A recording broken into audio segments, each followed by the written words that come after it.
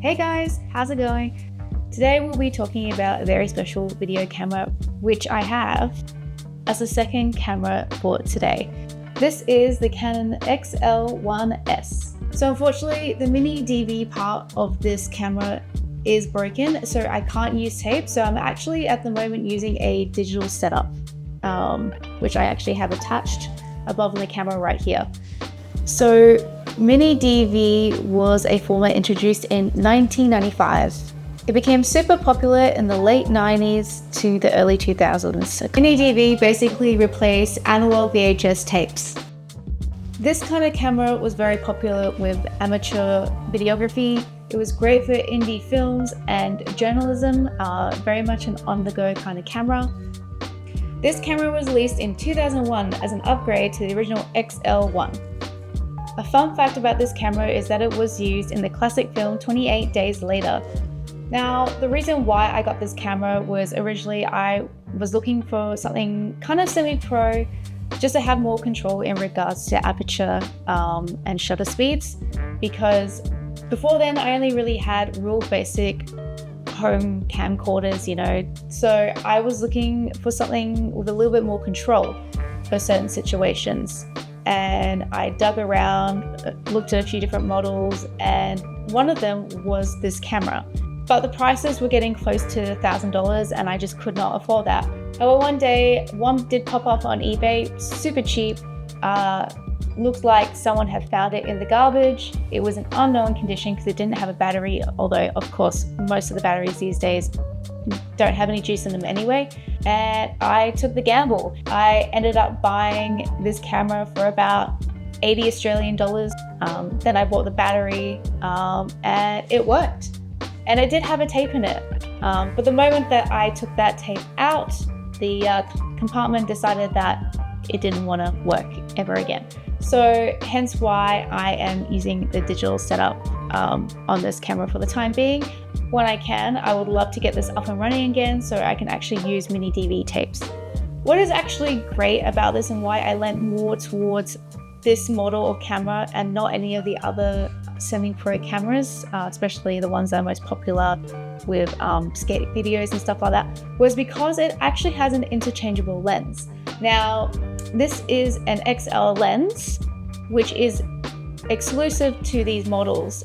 You can actually buy an adapter so you can actually use EF lenses on this camera. Now, this is great because my workhorse 35mm camera is a Canon. It is a Canon EOS 1N precisely, which actually uses EF lenses.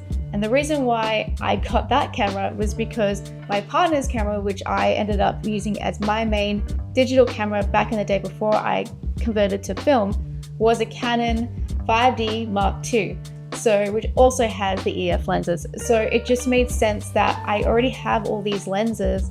I may as well just make sure that the cameras that I have are all interchangeable, and that way I don't have to have all of these lenses stored. In fact, I have it here right now. Here.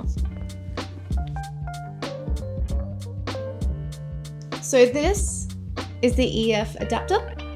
It literally pops on just right there. I haven't tested it out yet, but I thought today would be a great excuse to try it out. So right now I have a Samyang fisheye lens on this. You can actually see the difference already. I have not moved this camera at all. This is just exactly the result of just throwing the fisheye on here, which I think definitely makes for some interesting results. This actually took me a really long time to find because there's a lot of VL adapters that look exactly the same. Do not be confused if you actually do have or are planning to get one of these cameras and want the adapter. Don't get the VL because it is for a completely different model of camera. You have to make sure to get the XL. But despite all that, the stock lens itself is great. It has an amazing zoom. It is actually surprisingly very sharp. I wouldn't expect any less from a semi-pro camera. It is still better than a typical handy cam or camcorder that mum and dad would have had back in the day. Now the stock lens on this actually has a lot of really good features. So it actually has stabilizer and a built-in ND filter as well. I think it's absolutely relevant to today, despite its old technology. It is still a beast of a camera regardless, and it produces such a unique rendering of retro video technology that I feel like just can't be quite replicated through filters and post-production, I guess. I have actually used this camera a lot for interesting B-roll.